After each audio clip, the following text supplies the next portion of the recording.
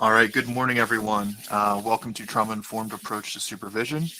Through this presentation, you'll learn what trauma-informed supervision looks like, how supervisors can learn new skills and sustain progress, and create a safe and trusting atmosphere for staff to thrive and prevent burnout in the workplace. Participants will practice some of these skills together and explore ways in which they can encourage one another to become more effective leaders. Throughout the presentation, there will be a few times where polls will be released. They will be cued by the slides. Additionally, there are 9 sections to this presentation. At the end of each section, we will select 1 to 2 questions from the chat or the Q&A, and that will be presented to the presenters for them to answer. Without further ado, here's the presentation.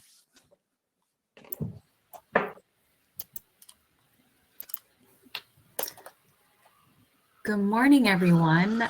It's so great to have you join us. Before I begin, I also just wanted to share that if you'd like copies of the slides, we're going to be sharing our contact information at the end, so please feel free to email us. We'd be happy to share it with you all. So we're so excited to share this topic with all of you, for it's something that we've found to be such an important aspect of our work, but often not a lot of information or opportunities are available to discuss and learn together. So we hope that as we go through the presentation with you all today, you'll walk away understanding more deeply how trauma-informed supervision can become a helpful part of your work, and hopefully have some takeaways for you that you can implement as well. So before I review what we'll be covering today, I'd like to introduce myself as well as our presenters. So my name is Kathy Jung. I'm the Senior Manager of Survivor Services Department at NSC, where we work with survivors of domestic violence and other serious crimes, anti-human trafficking, and torture. In my role, I currently supervise both direct service staff and coordinators involved in our programs, as well as graduate and research interns. Prior to my current role, I've also supervised paralegals, volunteers, students, social workers, teachers, and community advocates. Gwen Soffer is a trauma-informed advocate and educator, and she is our Manager of Wellness Services at NSC. She currently supervises a total of 23 staff and service providers, which include clinical therapists, master's level therapy students, a youth wellness coordinator, MSW and BSW students, AmeriCorps members, holistic service providers, interpreters, and wellness liaisons. And last but not least, we have Christina Kubica, who is our Manager of Specialized Health Services at NSC. And she's currently supervising case managers, occupational therapists, year-long volunteers, and interns of various disciplines. So we can move on to the next slide, please. Thank you. Without further ado, here's some things we'd like to discuss with you all today. So before diving into some skills, we'd like to discuss the trauma work, how we approach and define supervision, trauma-informed practice in our work, and then we'll be taking a brief break and dive into some more skill building, supervisory styles, a scenario that many of you might have already encountered, and end with some time for brief reflection and takeaways. So now I'd like to just start with a few questions through the poll to get a better sense of your comfort level delivering trauma-informed care, where many of you are currently working, and possibly your supervisory experience. So, so we're going to ask the first question, and if you wouldn't mind answering via poll.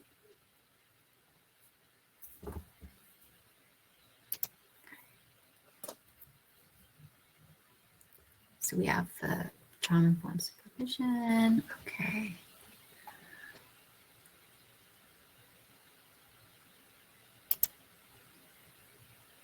Great. So we're getting those votes in. Thank you all so much for doing that. Okay. So it seems like, okay, so we have here, just kind of wanted to share with you all as it's coming in. So for the question of how many years have you provided supervision? So we have about 25, but we're getting them in, 26 votes, a few none. Many of you have provided anywhere from about a year, a few months to 7 years. Wow, and we have many folks who've also, majority of you have provided supervision for 10 or more years and 7 to 10 years as well. So this is really awesome that we have such a wide array of folks, and it sounds like it will be a really great learning experience for us too, to really hear from you and your experiences. And then we have here, let's see, the second poll. What field do you work in? I see the majority is advocacy, and then we have social services, grassroots, community-based. Oh, I'm sure, okay, the other, I wish I knew what the other group was, but we have some from other fields, mental health, as well as law enforcement. Excellent. And then we have, let's see here. Oops. Lastly, how comfortable are you delivering trauma-informed services? Somewhat comfortable, neutral, very comfortable. Great. So this, okay, awesome. So thank you all so much for sharing your results with us. This will really help us tailor a bit of what we'd like to share, and also hear from many of you. And I'm really excited that we have such a diverse group of participants joining us today. So I would like to then hand it off now to Gwen, who will talk a little bit about the trauma work field. Yes. Good morning, everybody. My name is Gwen Soffer. Again, I'm the Manager of Wellness Services at Nationality Service Center. So we always like to start off at this place because any human service work that we do, really the work we do, we're humans serving other human beings. So it's important, of course, to think of our clients and their needs and their well-being. But as the humans also serving our clients, we also want to make sure that our staff is staying well and are supported in the work that they're doing. We know that the work that we do, there's inherent stress that comes with that work. We know that that's part of it, but there's additional considerations when we think about our extended exposure to client trauma, when we think about any personal trauma that we may have experienced ourselves, and then also that agencies can also experience trauma when there are maybe lack of resources, lack of funding, changing of leadership, changing of policies that can impact the agency as a whole. And all of these traumas interact with each other. So with the work that we do at NSC, we work with refugees, excuse me, and immigrants who have experienced extreme trauma in multiple levels. We look at their pre-flight trauma, their flight trauma, and their post-flight trauma. So I'm sure in whatever work that you're doing, whatever population you're working with, you could come up with a similar list of traumatic events that our clients are experiencing ongoingly.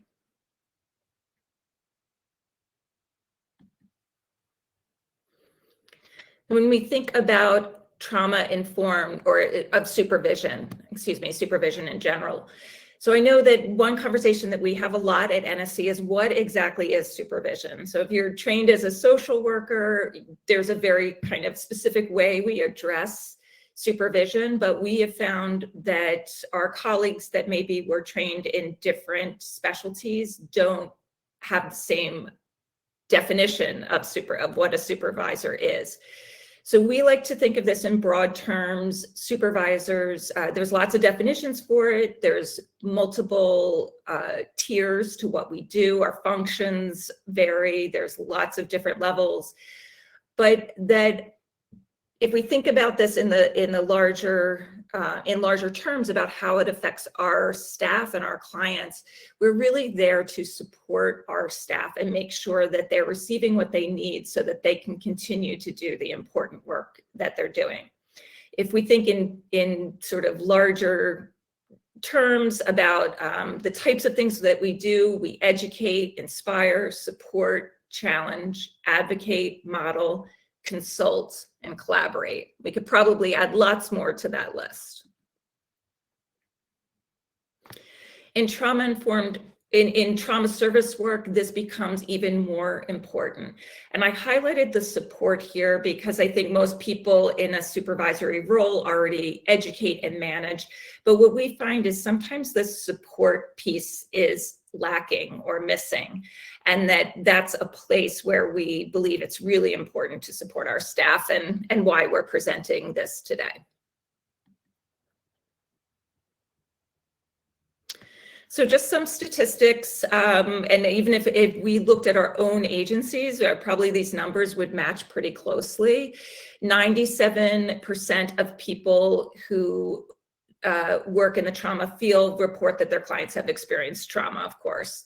70% exhibit at least one symptom of secondary traumatic stress. 42% report that they've experienced secondary traumatic stress.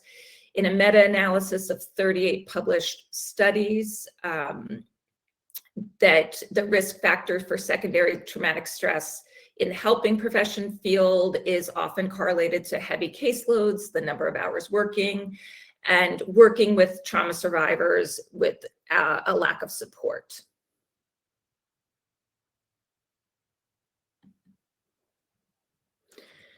So what is trauma-informed practice? I'm sure many of you on this meeting today already know, but we'll do a quick review. So we think of trauma-informed practice at NSC really as a framework. I know a lot of places like to follow a specific model. We have found, because it differs with the population that you serve, with the agency resources, with your focus at your agency, your mission, that we have found it really hard to fit into one specific model. So we think of a general framework of trauma and of being trauma informed.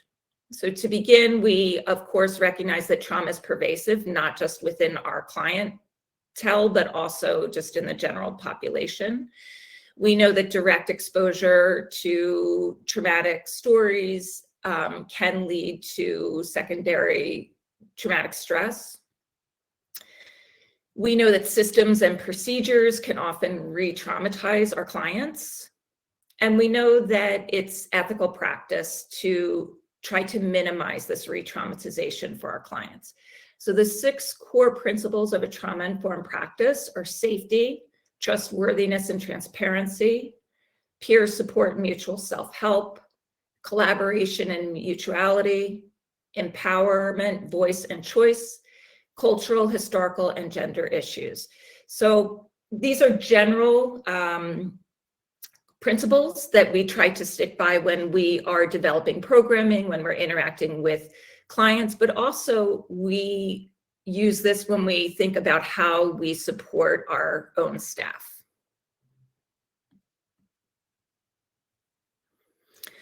So the 4 R's, as it's excuse me, referred to when we consider the impact of trauma in the work that we do. We realize the widespread impact. We understand how prevalent it is. We learn to recognize the symptoms of trauma. We fully integrate this knowledge of trauma into the work that we do, and that we do everything we can to resist re-traumatizing our clients.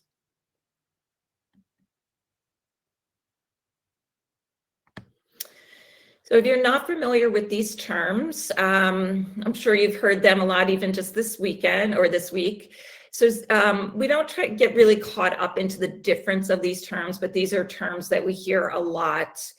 Secondary trauma and vicarious trauma sometimes are used in the same way, but there's a subtle difference. Of course, compassion fatigue, which is, I think, a natural result of doing this kind of work, of course. And then burnout, which is when we experience these secondary traumas and compassion fatigue, and that we find it actually hard to do our job. So of course, what we're looking to do is prevent burnout and to mitigate the effects of secondary trauma, vicarious trauma, and compassion fatigue.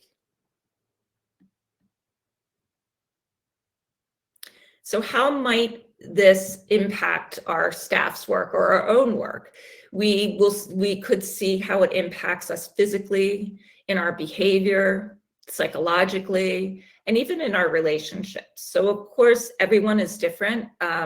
You could probably add things to this list, or maybe some of the things on this list don't apply to you.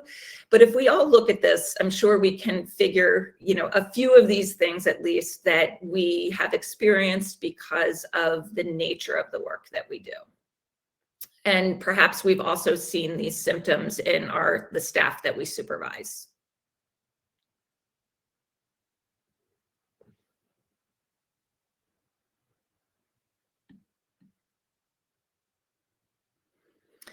So at the core of any trauma-informed practice, whether it's around supervision or it's around program development or interactions with our client, the core of trauma-informed practice is safety.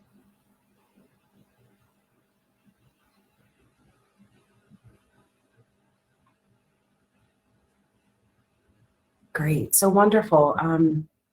So in an effort for our agency to gain a better perspective on this impact that Gwen was just discussing about the impact that trauma does have on the direct service staff, and also to gain a better perspective on the impact of supervision and the supervisory relationship, last year our staff in our agency did poll our direct service staff as well as our overall staff on the impact of the supervisor and supervisor relationship and how it does relate in many aspects in the trauma-informed approach. So how we did it is that we did survey via quick survey in 25 questions. We collected it anonymously, focusing on this relationship. Some of the sample questions involved, really looking at how comfortable our staff were in this relationship, voicing their concerns, how they felt they were informed within their team, how they were able to be shown their performance, their most valuable part of the supervision, and how they were able to get and provide feedback, whether it was their own feedback or feedback about their own individual work. And then some of the questions from the survey and the results that we did receive. So as you see here, this one is what is the most valuable part of supervision for you? As you see here, it was a space to really ask questions, feeling supported, and a space to share concerns. This one was, what would you like to see happen more in supervision? And as we see here, 52% stated that they would like to discuss more frequently long-term goals and vision for program outside of just discuss themselves and their cases, which we often see as something that is brought up. I think in supervision, we often do get caught up in the day-to-day of our cases and maybe looking at the actual individual, and we forget about more higher end goals and vision of the program. And then another sample question, and the answers were, what do you think is the most important part in supervision? And all of the above was the highest rated, which encompasses reviewing tasks, reviewing cases, and providing performance. And then something that did also provide us a lot of feedback from this survey, and then also something that we have begun to implement, is we do have peer supervision. All case managers are required to attend once a month, with other direct service staff highly encouraged to attend. This peer supervision is directly given and driven by peers and allows time to check in, case review, and then review a rotating topic of interest, and also provide roundtable discussion where direct service staff can really present suggestion for change and improvement to agency and overall work. And this really provides a really open and an open forum for direct service staff and case managers to discuss together issues that are coming up in their overall work, the outside of the traditional supervision that we see on our day-to-day as well.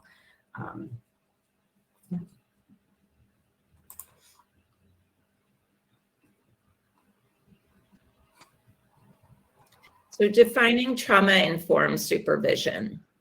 So if we think of the core components of trauma-informed practice and apply those to how we interact with our staff and how we integrate that into our supervision. Addressing the impact of the exposure to client trauma and this stress of this type of work, but also addressing the individual.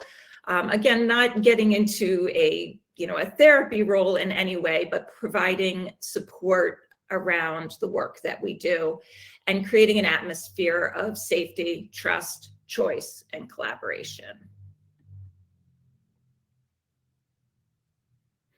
So coming back to what our role is in trauma-informed supervision and supervision in general, really creating an environment for our staff to grow and to develop skills in the trauma-informed skills, but also a way that we can empower our staff for professional growth and how to better communicate, how to work more effectively with their clients.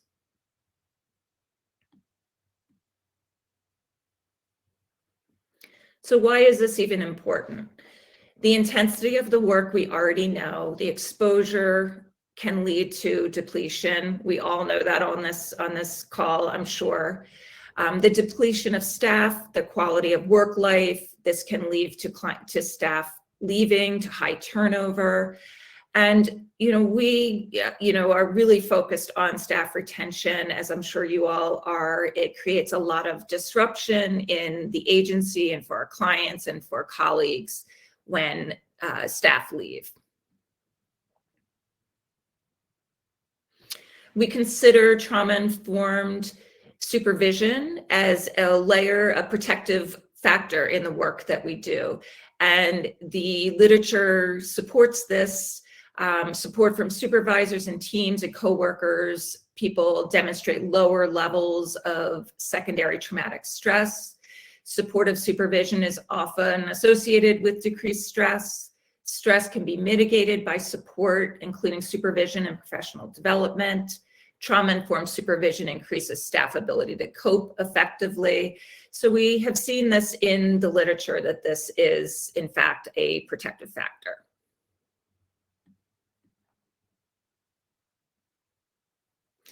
So from zooming out and looking at an agency perspective, especially if you're trying to have these discussions with your leadership, a really direct impact is this piece of staff retention. So we know that it costs about $8,000 to replace an employee who's earning $40,000 a year.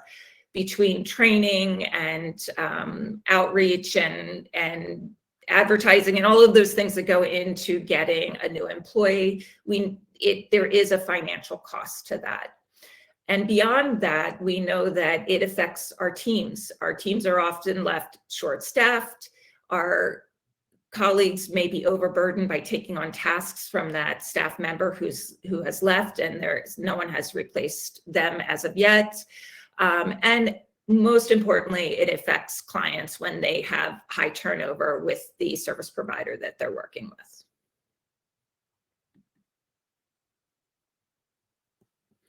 So as we saw in the NSC survey, one of the top valued pieces of work was participating in developing policies and programming. And really this is about staff participation and decision making, staff feeling a part of the bigger organization and not just a cog in the wheel, demonstration of appreciation, lots of opportunities for open communication, and supportive supervision, including professional development.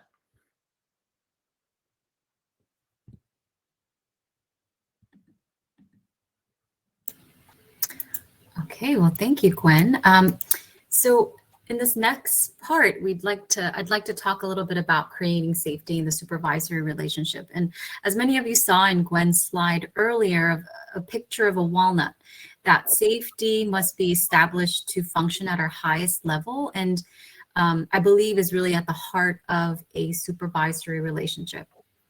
I'm sure many of you are very well informed on how important safety or a lack of safety in our clients' lives can be. And ensuring the safety of an individual is the first important step to really providing trauma-informed care with clients and our staff, and really being able to move towards what Gwen mentioned earlier, this choice, collaboration, trustworthiness, and empowerment. So if we could all just take a very brief moment to think about this question of, what does it mean to feel safe to you? If you feel comfortable kind of sharing your responses in the chat, what does it mean to feel safe?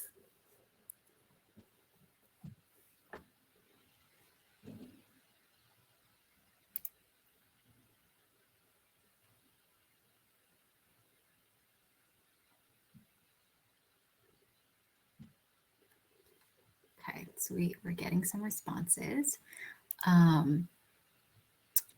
So some are sharing, to be accepted, relief, not judged, have a voice, have a choice, relaxed, supported, security, to be heard, secure, to be heard, valued, seen. These are excellent responses. To be content, security, no judgment. Great. So, so to be accepted, to be heard empathetically, to be heard, feeling comfortable expressing concerns without fearing any backlash. Yes, appreciate it. So all of your responses are excellent. And, I think some of you are also pointing to this feeling of, to feel protected from, whether it's judgment or backlash, and not exposed to any danger or risk, unlikely to be harmed. And if we can then kind of shift gears slightly, if you feel safe right now where you are and wherever you may be working, without going into too much detail, if you can then take a brief moment to also, again, and please only if you feel comfortable and safe right now, is recall a time when you or someone you knew didn't feel safe. What kind of emotions were you or the individual experiencing when this happened? And I think, you don't have to respond in the chat, but as you think about that, several emotions often compete for our attention during unsafe and traumatic events. And when we feel unsafe, we're often scared and anxious. Our hearts can pound and our minds race to figure out what was going to happen next. We're not always in control of our body's reaction, and we cannot be well if we do not feel safe. And this can really apply to many different aspects of safety, which we'll be discussing in our next slides. So there are 5 types of safety we'll be discussing today that are important to consider when we think about safety in a supervisory relationship and at our workplace. So there's the physical, emotional and psychological, social, ethical, spiritual, moral, as well as intellectual. So for physical safety, let's think for a moment about our work and reflect on these questions regarding physical safety. Are you safe from physical harm? Do you feel secure in your environment? Do you have the things you need to get on with your day, such as housing, clothing, money, food, locked doors, paved roads, safe transportation, physical health, education? Some examples of when our staff may not feel safe, physically safe, is during certain home visits, or when clients make verbal threats, or when there are constant plumbing and maintenance issues in the building that you're working at. Another example could be, leaving work late and the staff living in a neighborhood with very high crime. A few years ago, one of our AmeriCorps members shared with us that their financial insecurity was, pretty significant, and their basic needs were difficult to meet. And so, I realized that, of course, to feel 200% safe physically, maybe it might look like, being inside a fortress with an abundance of food, water, finances, and medical professionals, and, on call, and, You also have black belts in jujitsu, Krav Maga, and you're immune to COVID-19, and there's never any bad weather and no enemies or dangerous objects to be found. And I'm sure I'm forgetting some other things, but it might not get any physically safer than that, which of course, would be very difficult to achieve. But when trying to understand from a trauma-informed lens, it means taking these physical aspects of safety into consideration to the best that we can and within the work environment that we're currently working in, and being aware of how they may impact our work. It doesn't mean we need to have 200% levels of safety at all times. And, it sounds like many of you are working in such, diverse fields, and that is really impossible. And it also doesn't mean staff can do whatever they want if certain things don't go their way, for boundaries is such an important aspect of trauma-informed care, but to really build and cultivate a relationship where these issues and areas can be brought forth. And we as supervisors then also have a deeper understanding of what may be affecting an individual's level of safety. So next, we're going to briefly talk about emotional and psychological safety, and I'm going to spend a little bit more time on this one. But just some questions to reflect on here is, are you able to manage your emotions in a manner that does not cause harm to you, to others, to loved ones? Can you identify words that describe how you feel? Do your feelings make it difficult to do what you want to do with your day or this moment? Does your personal sense of worth and value match your hopes for yourself? And how do you feel sharing your racial, cultural, gender, and socioeconomic identity with colleagues? I really want to highlight the last bullet point for, I think it's a very important aspect of emotional and psychological safety. Is your organization or workplace and your supervision space a place where your staff feel in any way threatened by their racial, cultural, gender, sexual orientation, and or socioeconomic identity?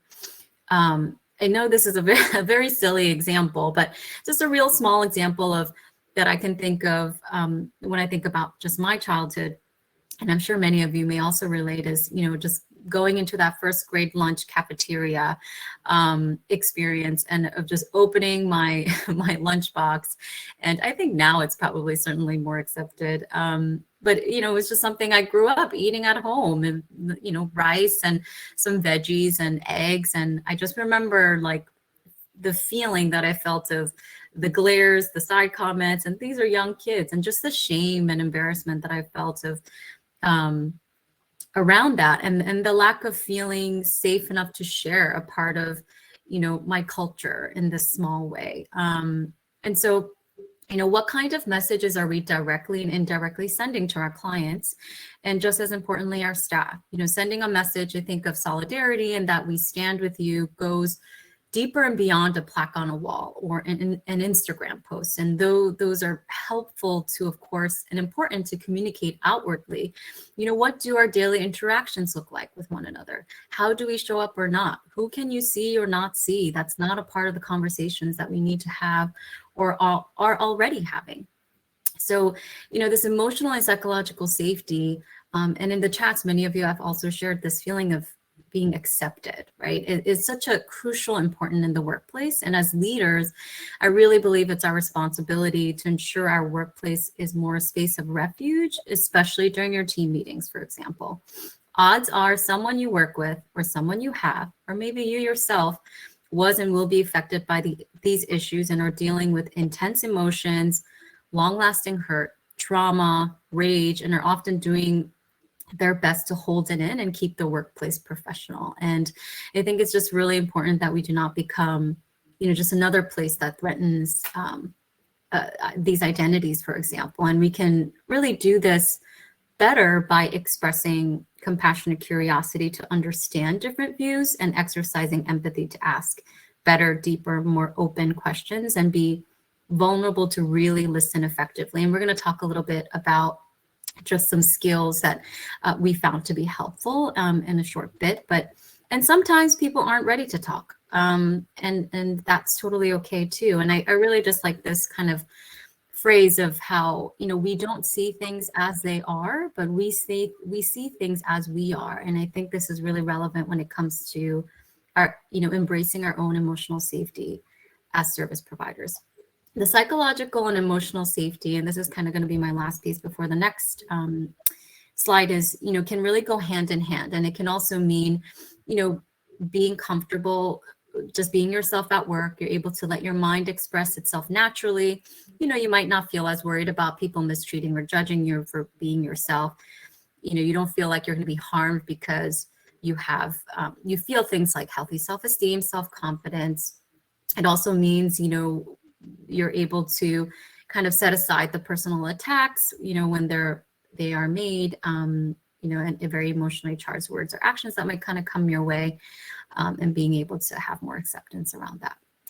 So the next slide is around social safety. And so here's what social safety might look like. Do you have people around you who provide support and guidance? Are you part of a group of which you are proud? Can you rely on others when you feel upset or worried or confused? Do you have people in your life with whom you have fun? Do you have people by whom you feel loved and cherished? How much do you know of your team members, colleagues, as people outside of work? And do you have someone you can turn to at work that you can share any concerns that arise related to any social categorizations you belong to? Next slide, please. And then some other aspects of safety, that we might want to consider is ethical, spiritual, moral safety, which are also important to address and think about. Do you or your team feel part of something bigger than just you? Can you identify a system of values that give you purpose and meaning? Do you have a gut feeling that something's not right for you, that you're heading in the wrong direction? Are you able to feel a sense of awe at your work? And do you know when your compass is not pointed in the right direction? And lastly, intellectual safety. So some of the questions I listed here under intellectual safety have been identified by researchers in academia and business as areas that really give us insight into a very important dimension of teamwork, which is an intellectual safety. So a team that feels psychologically safe to its members is when they share the belief that within the team, they will not be exposed to any kind of interpersonal threats when engaging in learning behaviors, such as asking for help, seeking feedback, admitting errors or lack of knowledge, and trying something new or voicing work-related views. So research has also shown that the absence of such threats is strongly associated then with team members really bringing their whole self to work. They can express their creativity, their talents, their skills without, intense self-censoring and self-silencing, and learning actively on the job, just developing their capabilities and those of their team. So an example of creating an intellectual safe space might be, how, when, and what types of performance reviews do you have with your staff? I realize that not all workplace settings, give us the ability to kind of control or have a say in what that looks like. But, if you do have some kind of standard of performance reviews, either as an agency or within your team, what does that look like? How is it distributed? When does it happen? Are there opportunities to share feedback on how management and supervisors are doing? So Chrissy will be sharing a little bit more in later slides, some templates that you might find helpful. And just really briefly, this next section, I wanted to share this cycle called self. So some of you may recognize this, but it's a very basic cycle that sometimes illustrates a process we go through in our work with clients, as well as a common cycle that sometimes clients find themselves in. And so let's just take a moment to look and see how it could apply both to clients and staff we work with as well. So safety leads to emotional management, which then can lead to loss, leads to future, leads to, and the cycle continues. So the area that often gets overlooked is this blue box of loss. And so without recognizing and acknowledging what one has lost, it's really hard to move towards planning for the future. Some examples of this might include the client left her abuser who was physically and emotionally abusive and is feeling relieved her kids are safe. So, however, she's also grieving parts of the life she had and the unknown changes that are ahead of her. She lost her neighbors, her neighborhood, her routine, her home, and at one point, someone she loved. And, if we, miss or fail to kind of acknowledge the loss she's experiencing or address these feelings she was feeling around loss, and went straight to future planning and follow-up, and, we may find it really difficult to actually move forward. And I imagine, not all of everyone here has, works in a setting where these kind of conversations and it might not be as relevant, but I think what I just really also want to point out too is even if it's related to staff, clients, a case manager or one of your staff who is working with a client, let's say, wants to ensure that the welfare office would respond no later than 1 month so that the client can have access to her public benefit information to relocate out of state and re-enroll. She's feeling frustrated and is not only dealing with this loss of paperwork going through in a timely manner, but is also experiencing this loss of trust in the system that failed her and feeling a sense of loss in her own confidence to carry out the duties she wanted to for her client. And sometimes it's very uncomfortable and unnatural to identify how emotional management can lead us to feelings of loss. But I think it's really, and to just bury it feels more efficient. And going straight to what do we need to do? Where are we going? What do we need to plan for? But again, I think this cycle just briefly illustrates that, when we, the spaces that we create can really allow for us to have more conversations around what's actually happening. So I'm going to hand it off to Chrissy. Great. Thank you, Kathy. So we are now going to kind of transition into looking at some soft basic skills that we can begin to utilize in some of our work that we do and in our supervisory roles. So where to start? So it is important in the supervisory relationship to schedule consistent supervision with minimal interruption. Have a consistent meeting time and avoid having to reschedule often. If you need to reschedule, be sure to include staff in rescheduling. One thing that I've always learned is that supervision is your staff or intern's time. It's always something that when you're talking to your staff about scheduling your intern or scheduling your weekly supervision time to really, say, this is your time, this is your hour. What do you want to do with it? This is your time. Let's talk. So if you do need to reschedule, it's always important that they know that this is their time. So using this language opens up the space and allows more freedom for your staff to have the space to know that this is their time to have their needs addressed. I want to add the use of language also brings the point where I like to bring together the topics of minimized power and control and using collaborative responsibility into one. In supervision, it is important for people to understand that you are here to work on things together. By using the language that supervision is their time to work on things together, it really does allow the power dynamic to really shift as this is a time to work on things together. In recognizing re-traumatizing cultural practices, you take notice of any shared cultural background, as this can have another level and can add another level to supervision or staff, or to the staff and client relationship as well. As many times there can be, and you can recognize and address any triggers and stress that might have been brought up in any of those relationships as well. Next slide, please. Some additional aspects to consider. It's always important to understand the psychological and spiritual impact of work. Check in with staff about how they're coping, express concern for general well-being. Important to check in to see how they are actually doing, not just looking at how they're doing in regards to the actual work in their caseload, but actually to check in to see how they are. Because as we know, Sometimes our life outside of work does impact our actual work as well. It's always important to model behavior and work ethic. If you are encouraging staff to take lunch breaks or attend professional developments, you as a supervisor should also be modeling that for your staff as well. This is one thing that myself as a supervisor, I try to model this behavior as much as I can, because I know that your self-care during the workday, as well as this professional development, is part of your job as well as your staff's job. So it's important to model that for your staff as well.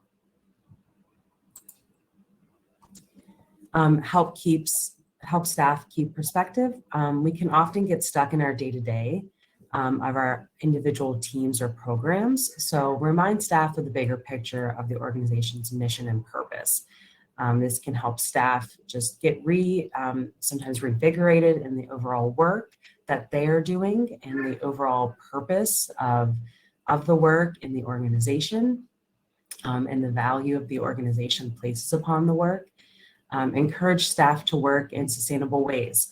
If what they're doing does not appear possible in the short term, encourage them to take extra time after the immediate impact of what happens, to make sure they're able to rest and regain the equilibrium.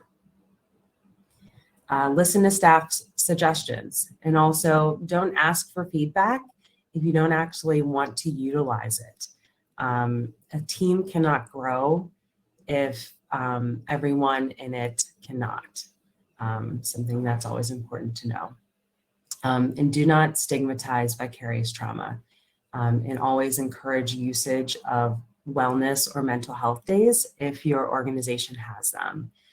Self-care is key to all of our work that we do, no matter what field we work in.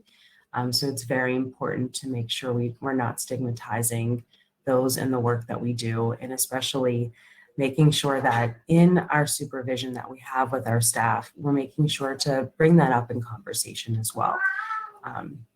And acknowledge the little accomplishments that we do have with our staff, and those little accomplishments that they do have, because I think sometimes we forget that sometimes even those little things do really help staff morale or team morale as well.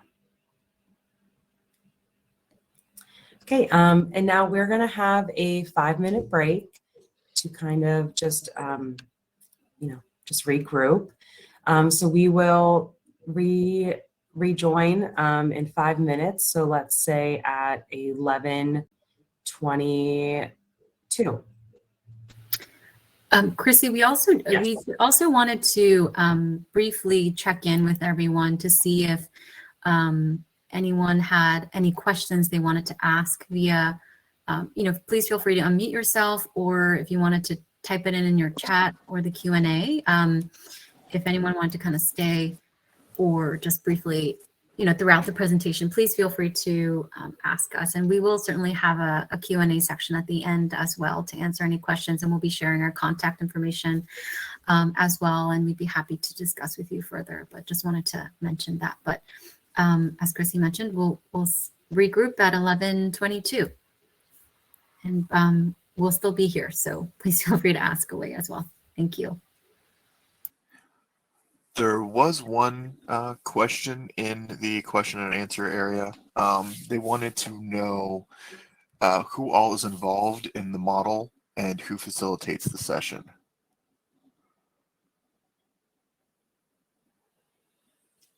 So I assume you're talking about supervision. Yeah, so at least, it's going to depend on your agency. At NSC, we have individual supervision with our direct supervisor, all of us. We have peer supervision, which is twice a month, and that is, supervisors are not included in that. It's more direct service staff. And then we also have group supervision periodically. For example, we had a ongoing MSW supervision where we had an external supervisor come in to help guide us once a month. But what we're talking about here, and Chrissy and Kathy, please jump in too. We're talking about our direct supervision with the staff that we supervise, and we meet with those staff weekly.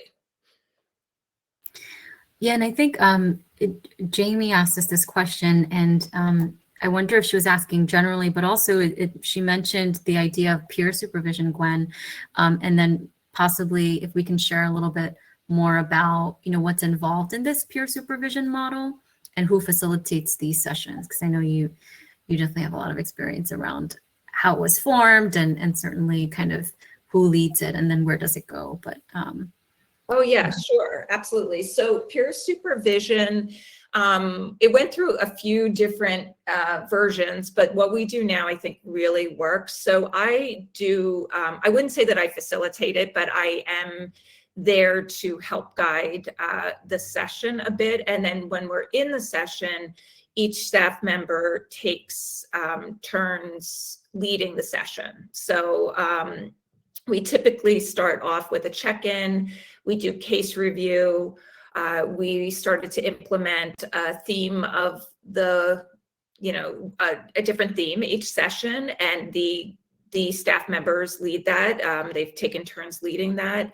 So the focus is really so that non-supervisor staff have an opportunity to talk to each other in a safe space and to share their experience. What we found is when you're in a supervision with your own supervisor, some people don't feel comfortable exposing everything that they're experiencing. So this is just another level, another place where that they can do that and gain support from their colleagues.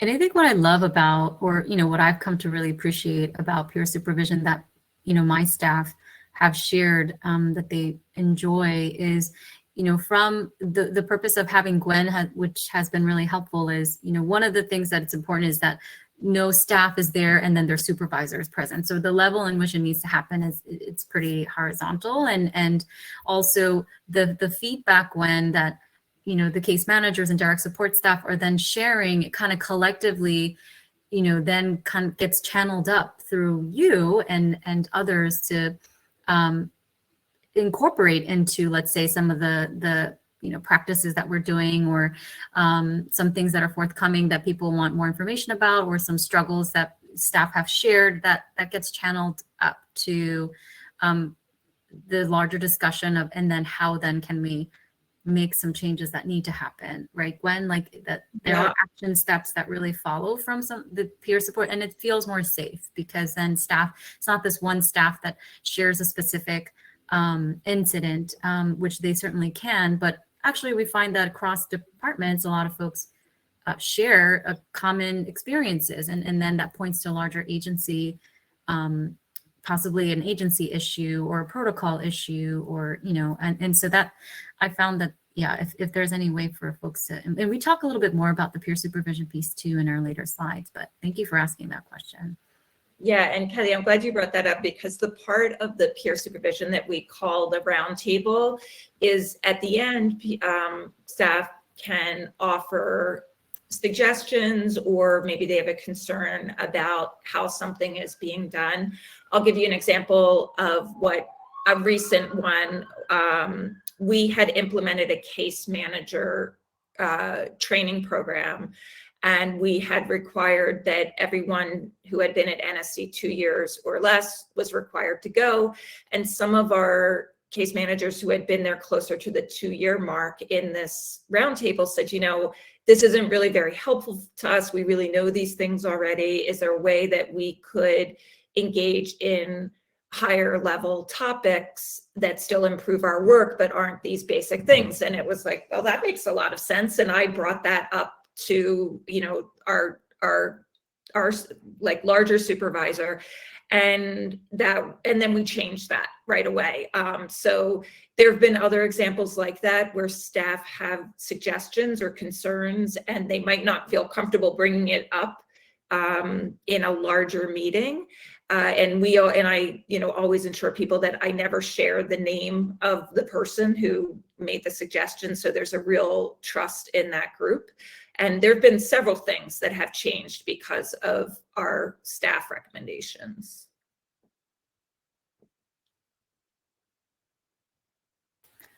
So Gwen, I think it's, if everyone is ready to go, yeah, we can resume. Okay. The next section. Wonderful. Great. So we're going to start touching on some actual skill building. So to start off, we're going to look at some relationship building. So in our supervisory relationships, one of the biggest things is to really, make your supervisees comfortable while we're in supervision. And one way you could do that is to really have a community meeting style. I know a lot of us do have some scenarios that we do kind of play through while we have supervision. And this is one example that we could kind of go through to really put each individual, yourself, as well as your supervisee, kind of on the same playing field while you're in your supervision. So at the beginning of the meeting, kind of do a mutual check-in and using the feelings wheel, which we'll show in just a moment. Kind of look at what's your goal in coming to supervision today? What would you like to accomplish in supervision? What would you like to happen in the next hour so you'd know it was worth coming? And how will you know afterwards that today's meeting was useful? And then we always like to, for many individuals, it can be really hard to know how they're feeling for that day. So we like to utilize the feelings wheel. But in supervision, this is also something that's not only going to be the supervisee who's going to show how they're feeling for that day when we're doing community meeting, but it's also going to be you as the supervisor. So each individual will be just checking in, saying how they're feeling for that day. No need to explain further from that actual feeling. So saying that one word. So just so everyone knows at the onset, at the very beginning of that meeting, how each individual is feeling.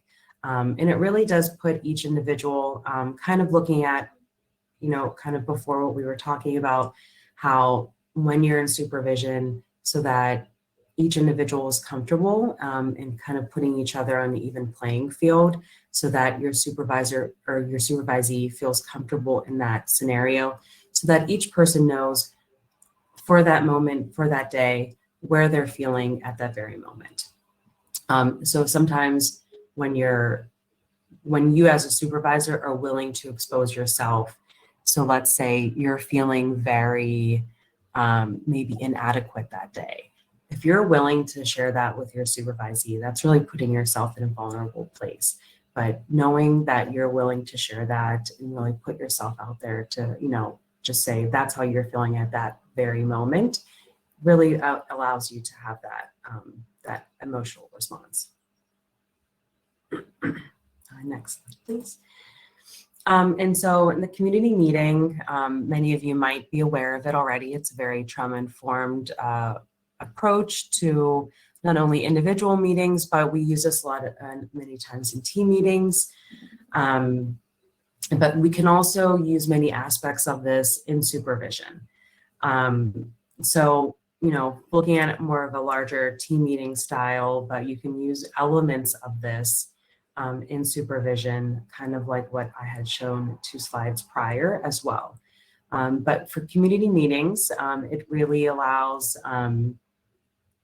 everyone, if you're doing it for a larger team meeting, it allows for relationship building in a larger team meeting, because when you're doing community meeting, it allows for everyone to really take turns being the lead. So as you do it, you're going around saying your name, how you're feeling for that day, what's your goal for the meeting, who you can ask for help. and then some type of icebreaker or self-reflective activity. And whoever is leading for that day would be also the one who is identifying those things as well.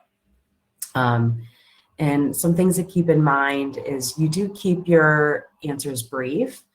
And then as you know, going over the feelings wheel, you really try to eliminate using words like good or fine, which is why we like to, you know, really use the feelings wheel to really look at how we're feeling. And this is really a time to listen to others and avoid follow-up questions. And once everyone has shared, you really move into the business and go into the meeting and other agenda items. And I feel, you know, having these community meetings and example agenda items to start off either your supervision or larger team meetings that you might have, it really helps to have that relationship building and puts everyone on the same page when having team meetings. Okay, thanks, Chrissy.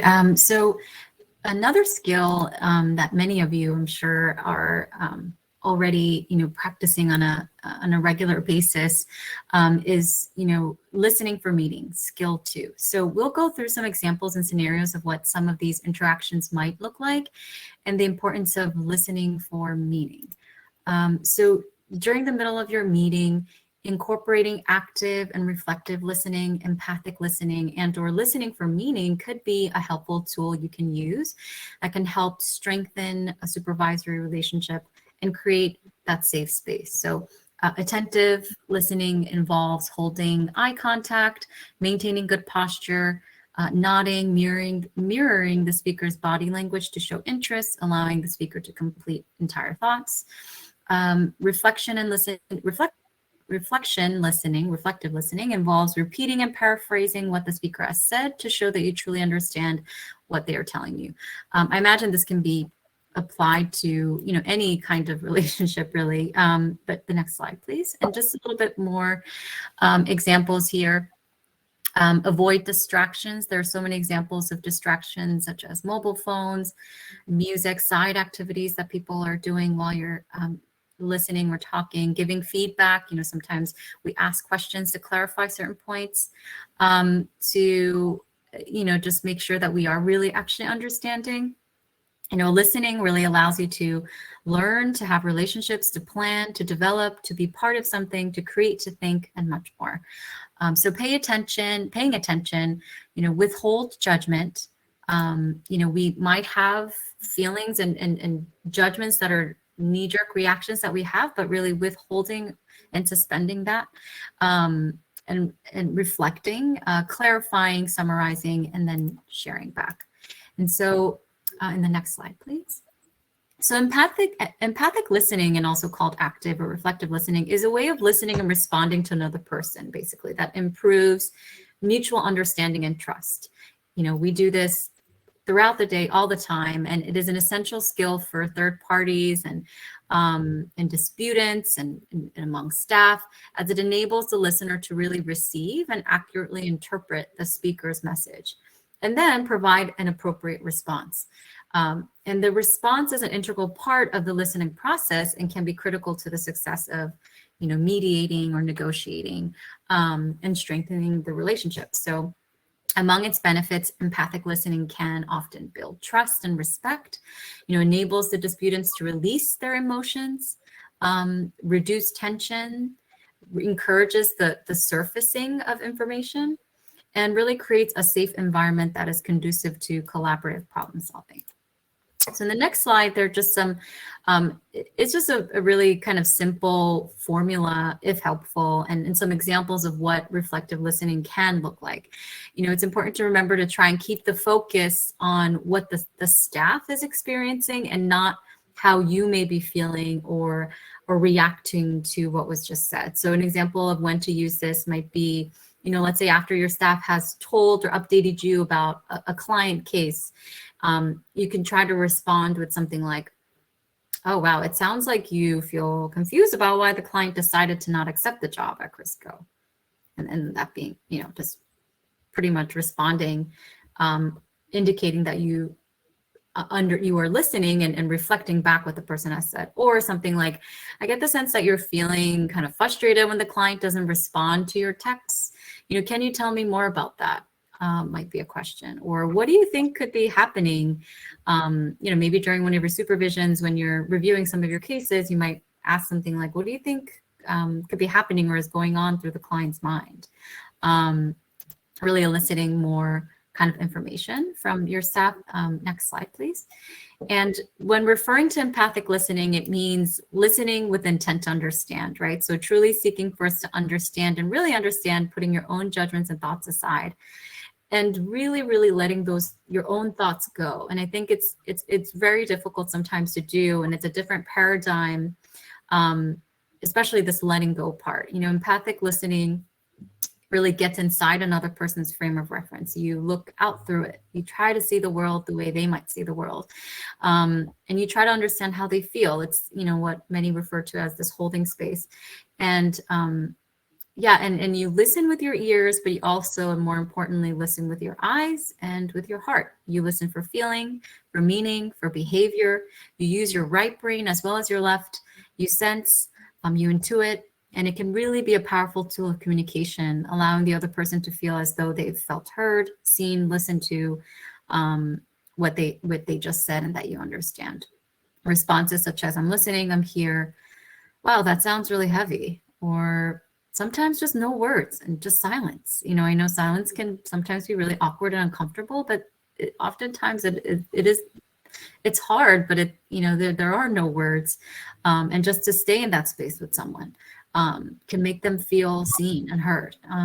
Or something like, how did that make you feel? Can you just tell me more? Like, oh, I want to know more, or I want to hear you.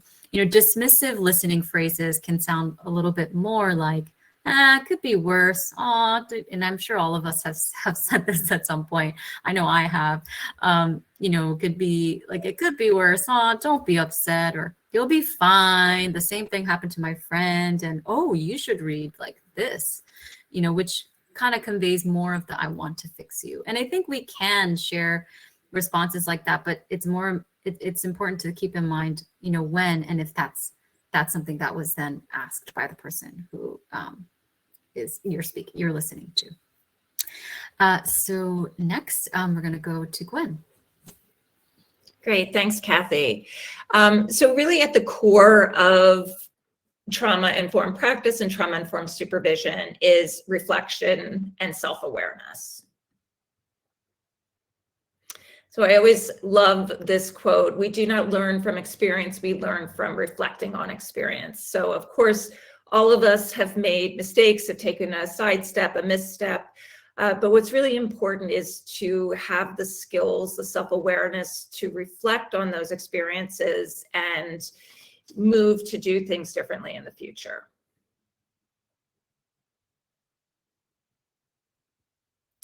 So any sort of self-awareness that we talk about in our own role as a supervisor is modeling for our clients, and also the way we interact with our staff, and also in the way that we interact with our clients. So things that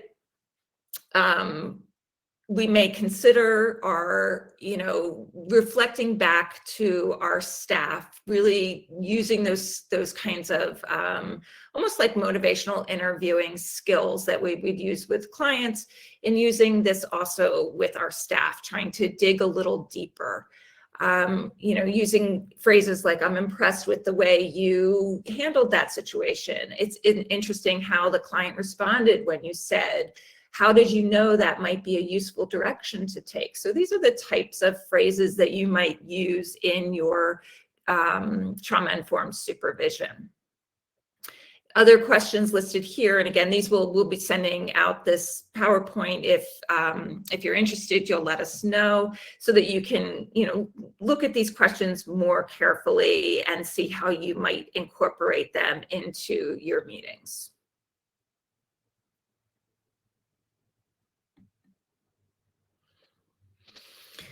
So one concept that we think is really important to understand is this concept of transference and countertransference. So brief definition, transference means you're working, typically we use this with a client-professional relationship, when a client starts to redirect feelings that they have about someone else in their life to the professional. We also talk about this in therapy a lot, where the client might, subconsciously be making connections between the professional and someone in their own life and be interacting with the professional based on that subconscious feeling. For example, if they're thinking of the professional as being a lot like their parent, that could be a good thing, right? Maybe they love their parent, they had a great experience with their parent, and then they're feeling in a very, friendly way to the professional, but maybe they had a really difficult, relationship with their parent, and so they're being, resistant or negative in your relationship. Countertransference is coming from the professional to the client. So we as professionals, of course, we're all human. This is a human psychological phenomenon. We may think of the client in a certain way because they remind us of someone in our life. So one example that I use all the time is I had a client who was the exact same age as my son. And so I automatically felt very maternal towards this person because they reminded me of my son. They were the same age.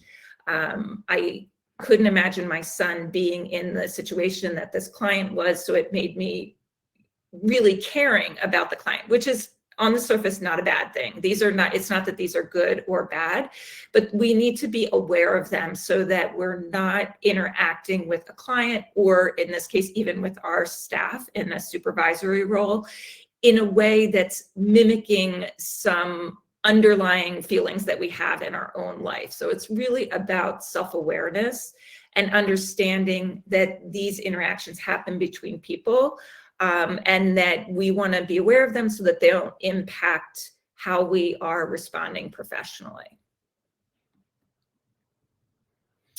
So Kathy had gone over some of this, so I won't stay on this too long. Some of this body language, I always like to say, because we work with a very multicultural population, that body language can be different in different cultures. So there's really no sort of do's and don'ts, but things to think about in your own body language when you're interacting with your staff, that you're not giving subliminal messaging of your maybe interior thoughts about what's happening. Great. So a really great tool for any staff who might be struggling with the client interaction is to utilize a process recording. So if there's any social workers on the call today, you all will be very familiar with this tool, but it's actually something that I have utilized with some of my direct service staff who have been struggling with the client interaction and having a hard time processing it. So how this works, so you will look at the actual interaction, and you will process it by writing the actual dialogue that you had with the actual client, or the nonverbal dialogue. So what actually happened with the client.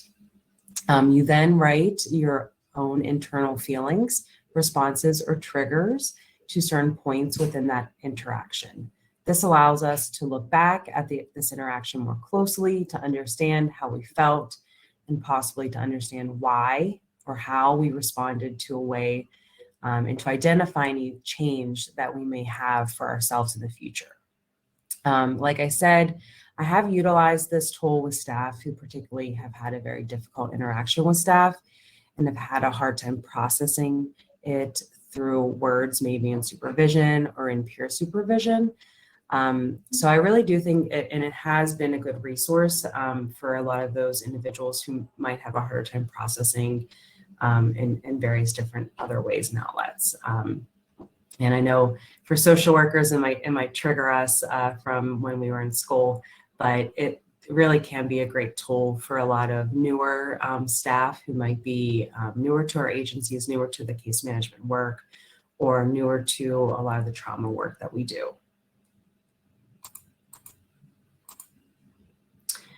So this is just a great quote for all of us to know. Human relationships are not rocket scientists. They're far, far more complicated.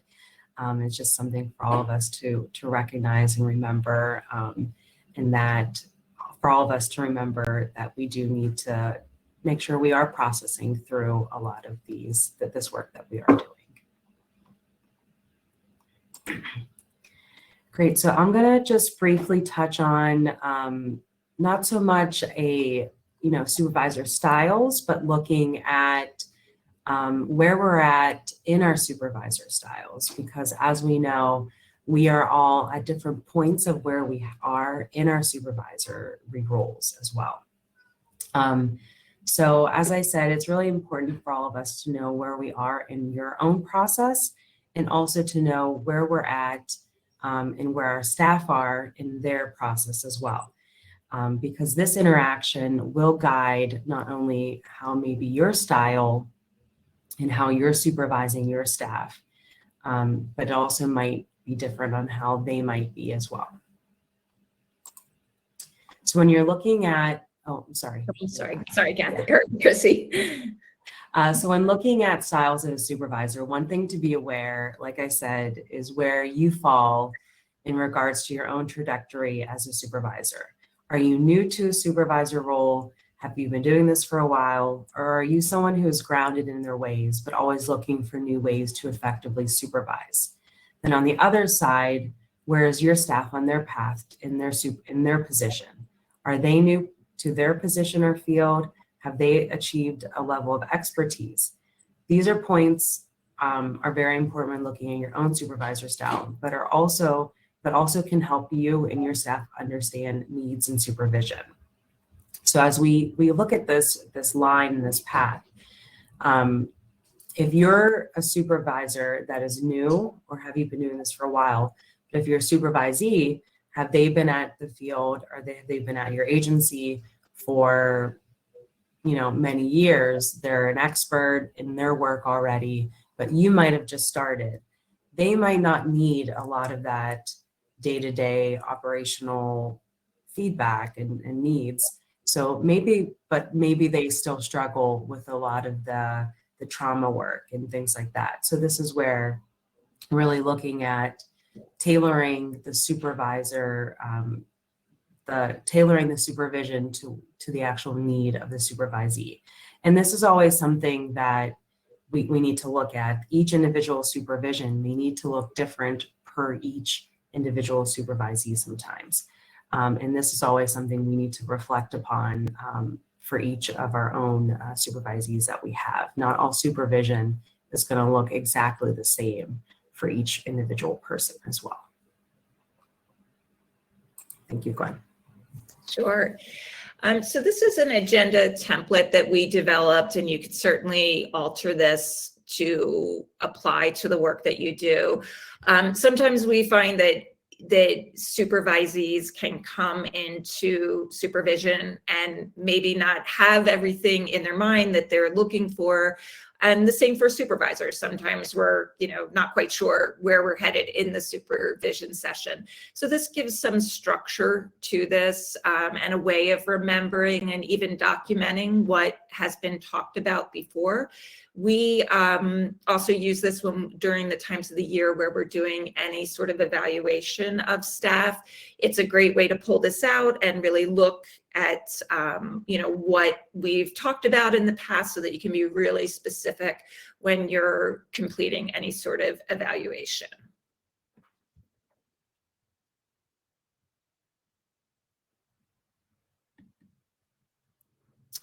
Additionally, this is another tool that we developed. It's a case acuity scale.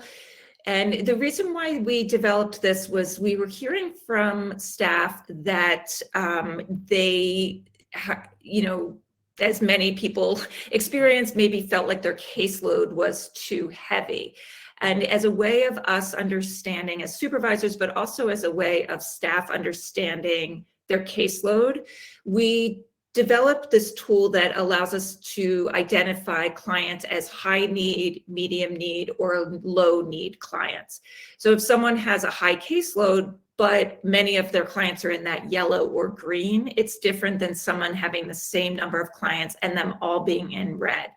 I will say, because all of us work in victim services, we could say all of our clients are in red, but of course thinking relatively within our own programs.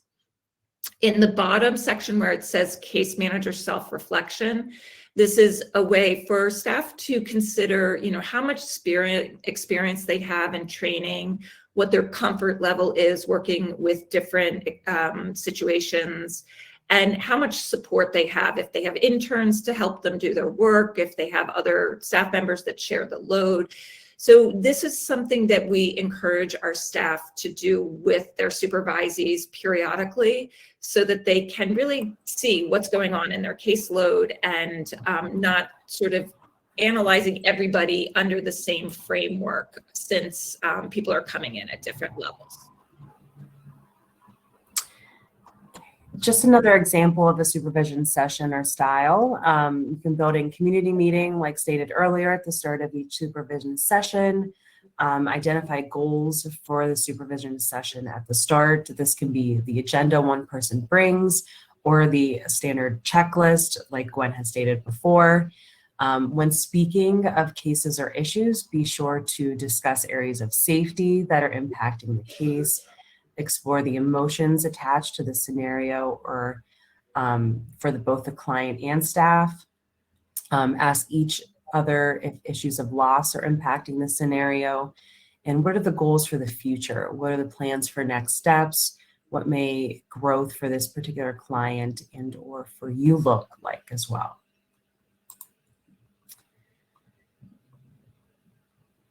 Slide. Okay, so then many of you may be familiar with the rescuer, victim, persecutor triangle.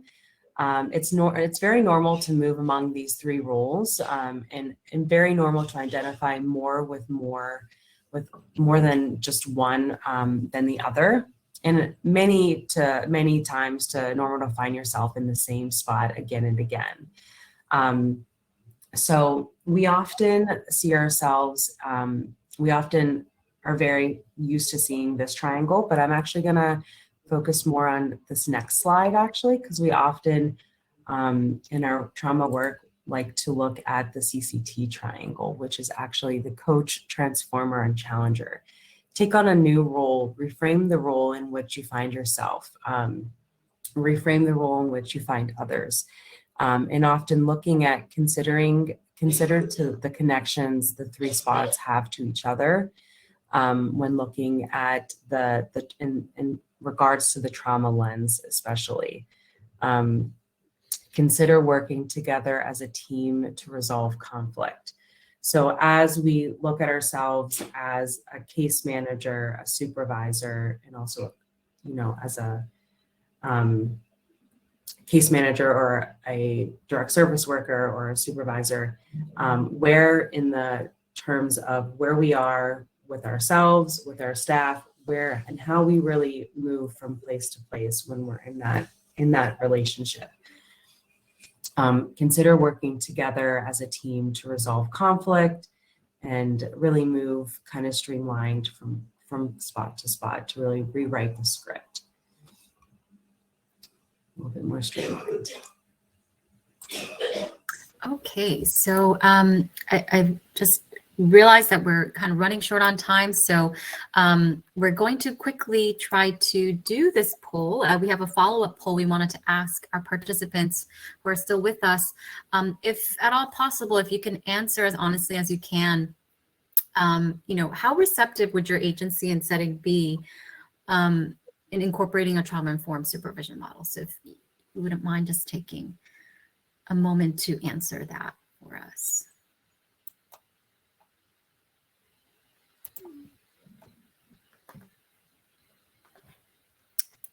Okay. I like really watching the them slide back and forth. Okay, so we're getting the votes in. Thank you. So I see here about 18 votes, 72% of folks are saying very receptive. Some are, then it's kind of tied between somewhat receptive, and then I'm not sure, it kind of depends. Okay, and then neutral. All right. So we'll briefly discuss some ideas and suggestions that we've experienced, as well as welcome others to, of course, just chime in on the chat too. You know, we recognize that a huge part of actually being able to implement a trauma-informed supervision at your work is buy-in, right? Like that can be the hardest part, especially depending on the type of setting you work in, you know, the many different levels and channels you have to go through. So we're going to talk about, you know, some ways to approach this. And, you know, go beyond the one-on-one level. So some ways to really approach this, you know, let's say you work at a certain workplace or agency setting and you want to, you know, really implement more of a TI supervision model. Some ideas around it might be, you know, offer professional development trainings, whether it's you yourself or inviting others to offer professional development trainings, you know, form a trauma-informed working group, staff from various departments, recognize what the agency's priorities are and present and connect with the larger group. So maybe at an all-staff or executive leadership meeting, you know, sharing how this impacts, for example, client satisfaction, quality control, staff retention issues, agency reputation, you know, integrity and ethical aspects of our work. If it's a business, like how is it affecting your business negatively? You know, how can we impact it positively for your customers? Agency-wide surveys and assessments, or be or appoint a trauma steward at your agency. Partner with other organizations or coalitions / peer groups, you know, connect trauma-informed practice and how it positively affects the agency at every level, and creatively and strategically do advocacy, ideally with someone else at your agency. And, you know, sometimes I really do feel that it feels impossible. And the best we can do in that moment is what we can offer in the work relationships we have and those that are under our care, just trying our best to infuse, you know, some of what we discussed in our interactions. So next part is where, you know, we had scenarios set up to kind of go through. You know, I don't think we'll have time. I want to make sure that we have time to answer any questions, but just to show you the next scenario, if you're interested in, you know, we have a script of an example of a response that is not trauma-informed and a response that is trauma-informed. And so if you are interested in us sending, you know, just some examples of those scripts of how we decided to respond to these scenarios, please feel free to email us and we'd be happy to share that with you as well.